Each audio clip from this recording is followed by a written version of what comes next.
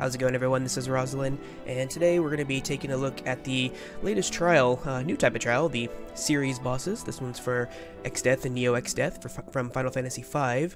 And as you can see here, this is the party this is the party I ended up doing the video with. If you watched my live stream, you'll notice one specific change, and that is that I have switched from CG Lid to Lorraine.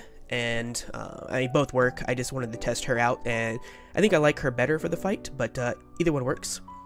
Either way, this is what I ended up with, and I will say I ended up using Unit of Choice tickets to get Sid because I had issues in the second phase with damage when I switched to a 3 DPS setup like this.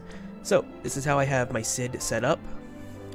I have him with Safety Bit. This is specifically for the position he is in my party. He's position number 1, which has a chance to be targeted with the preventable instant death attack, and I want him to be able to just live through that so I don't have to worry.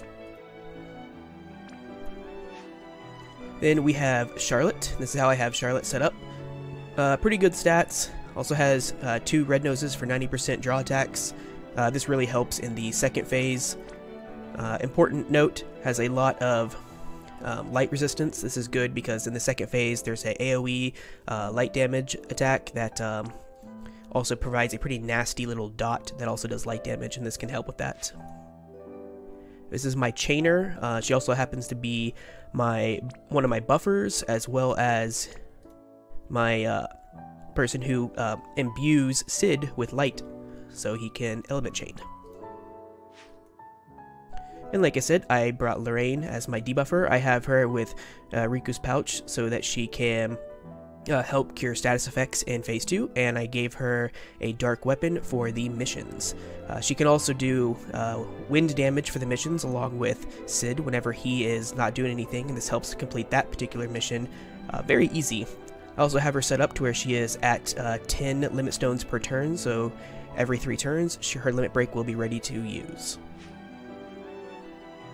And finally, I have Aerith as my healer. I have her set up with the shield arm, that way she can equip Genji shield, so she can also be immune to instant death. And the rest is pretty standard. When we get into the actual fight, I'll go over why I have my positioning the way I do, as well as why I have Aerith and Sid with Safety Bit. But anyways, this is the party, and let's get into the fight. Alright, and here we are in the fight. So, first thing to note is positioning, like I had kind of brought up when I was going over my party. Now, if you look at the party as it is, the slots as it is now, and you assume that Sid is number 1, and Charlotte is 2, Mysilk is 3, Lorraine is 4, and so on, you can get 1, 2, 3, 4, 5, and 6. This is important because the boss has 2 different types of instant death mechanics in this first phase. He has instant death, and he also has kill. Instant death can be prevented, kill cannot. So, how does this work? On turns 1, 4, and 7, the boss will target either slots 1 or slot 6 for instant death, and on turns 2, 5, and 8, the boss will target either slots 5 or slot 6 for instant death. Now, if you notice, slot 6 has a chance of being targeted every single time. This is your friend unit.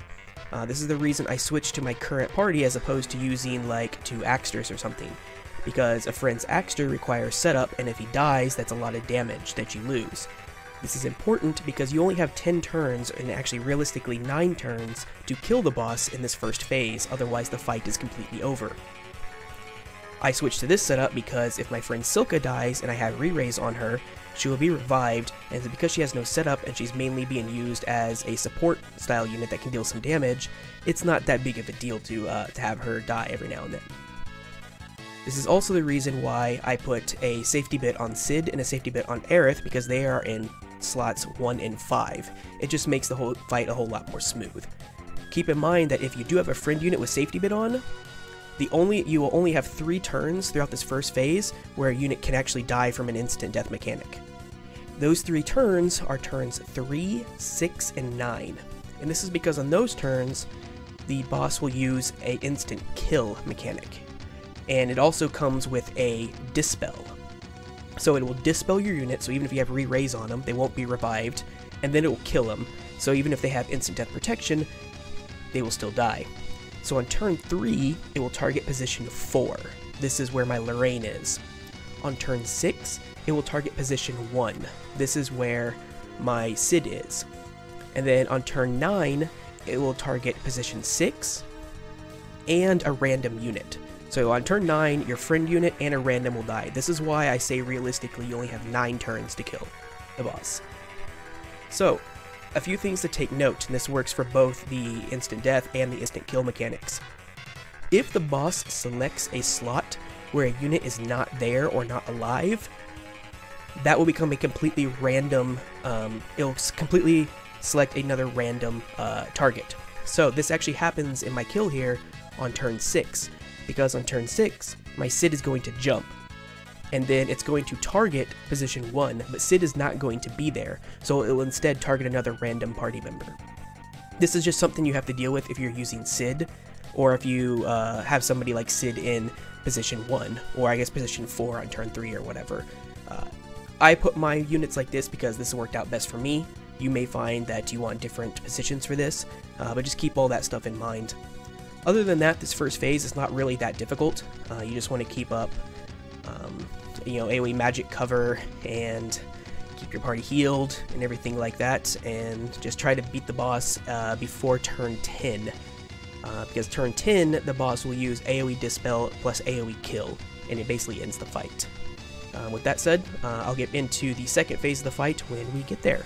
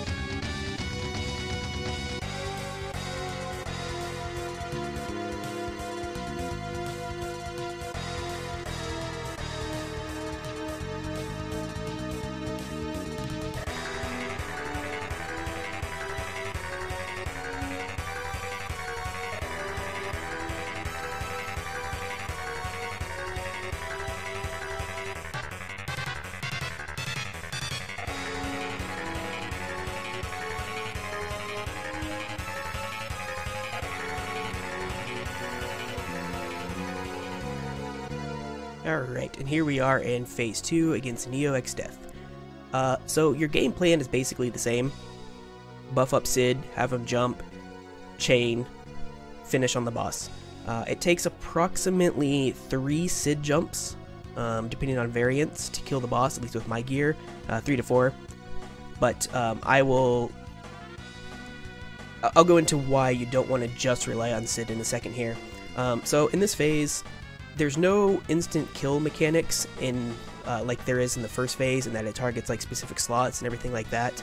But the damage is much higher. It will use a single target physical attack, Shinkuha, every single turn. I believe it uses it twice a turn. This hits extremely hard, and it's the main reason why I have 90% draw attacks on Charlotte. As best as possible, you want to keep re-raise up on everybody. You want to just keep a light resistance up on everybody, because when the boss puts up the AoE light attack, that puts, I think it's minus 170% light resistance. It also puts up a dot on your party. Now, the initial damage can be covered, however the dot will still go up on your party, and it hits like a truck. So you want to have light resistance, magic damage resistance, all that sort of stuff. The boss is also every single turn, or basically every single turn, going to be dispelling somebody in your party, and it's usually going to go to your, either if you're using a provoke tank, it'll go to them. If you're like me and you're using your magic tank as both a draw attacks and a magic tank, it'll go to them. So you need to basically renew AoE cover every single turn. You want to keep the boss's attack and magic broken, and even then, you're still going to be taking a ton of damage. But the most annoying part about this fight, though, is I believe after it uses, I forget the name of the attack, but it'll be coming up here soon. It will place a bunch of debuffs on your party that reduce your resistance to status effects. So even if you have 100% resistance to status effects going into the fight, this will make it so you can be status affected. And this attack will reduce your resistances to them, and it'll apply a 1 random status effect to each member of the party. This is where the RNG in this phase comes in, because you can have like a key unit get confused and like throw everything out of whack. I've had a few kills when trying to get this re-recording done, where not really a few kills, a few wipes, trying to get this re-recording done where that happens. There's not a whole lot you can do about it. You can obviously minimize it by keeping status ailment buffs up, going in with 100% status ailment resistance and stuff like that, but you're gonna get status affected, and there's not much you can really do about that. You just have to hope for the best and work through it. It's for this reason that I have Lorraine with Riku's pouch, because it gives me 1 extra person who can cure status effects as an AoE. So I basically have Lorraine and I have Aerith who can both do that, and I just make judgments based on the situation, like who's status affected, what I need to be doing that time, based on who I use and whatnot. So as I was saying, the reason you don't want to just rely too much on Sid, let me get back to that point here, when you push the boss to 20% and below, on the very next turn, it will put up an undispellable, I think it's like 40% damage reduction to both magic and physical, and it'll also fully buff itself. And then on the turn following that one, it'll start using a AoE kill. I think it's either AoE kill or it's AoE...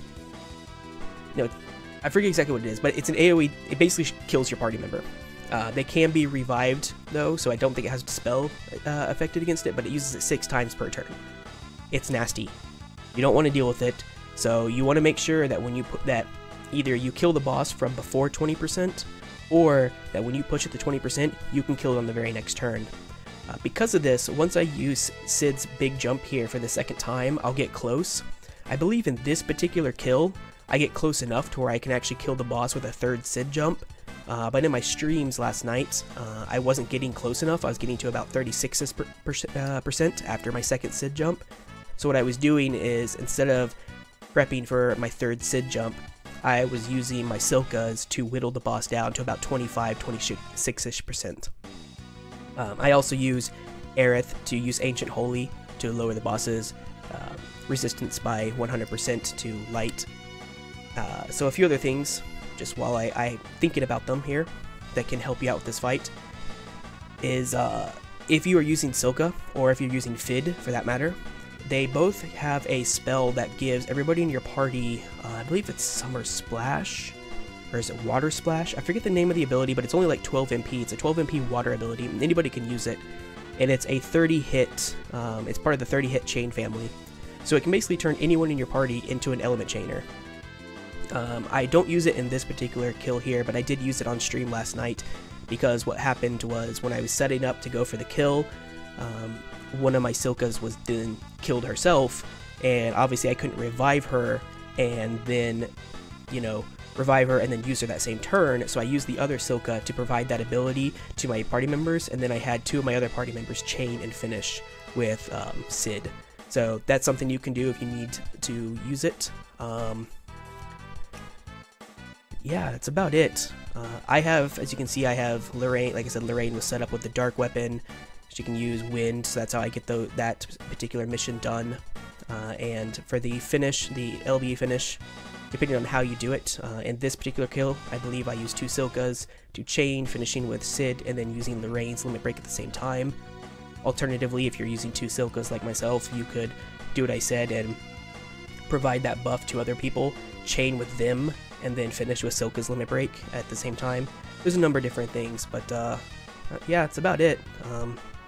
The fight's relatively, I don't want to say simple, because it's not really simple, but there's not a whole lot you can do to change the outcome of what's going to happen to you in the second phase because of the debuffs that are placed on you.